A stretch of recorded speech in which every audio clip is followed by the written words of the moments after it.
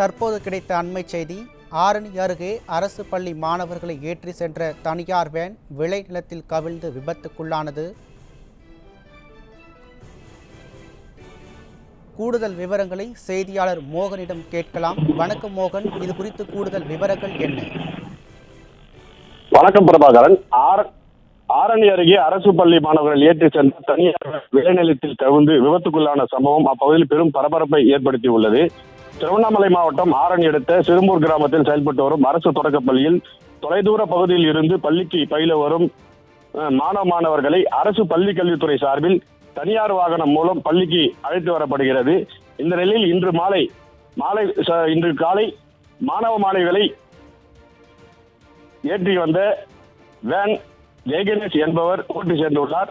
இந்த வாகனம் அருந்ததி பாளையம், கொட்டாமேடு உள்ளிட்ட கிராம பகுதியில் இருந்து சுமார் 10க்கும் மேற்பட்ட மாணவர்களை ஏற்றி சென்றுள்ளது.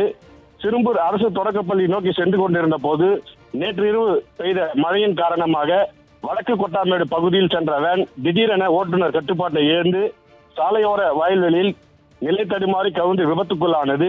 இதில் காயங்கள் ஏதுமின்றி அதிர்ஷ்டவசமாக ஓட்டுநர் உட்பட 10க்கும் மேற்பட்ட பள்ளி மாணவ மாணவிகள் உயிர் தப்பினர்.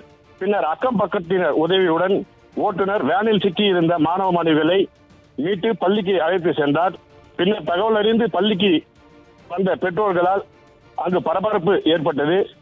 பள்ளிகள் திறக்கப்பட்ட நாள் முதலே விடியா அரசின் போக்குவரத்து துறை போதிய பேருந்துகள் இயக்கப்படாததால் பொதுமக்கள் பெரிதளவும் சிரமத்திற்குள்ளாகி வருகின்ற நிலையில் தற்போது இந்த சம்பவம் பெற்றோர்கள் மத்தியில் பெரும் அதிர்ச்சியும் அச்சத்தையும் ஏற்படுத்தியுள்ளது. பிரபாகரன், விவரங்களுக்கு நன்றி மோகன்.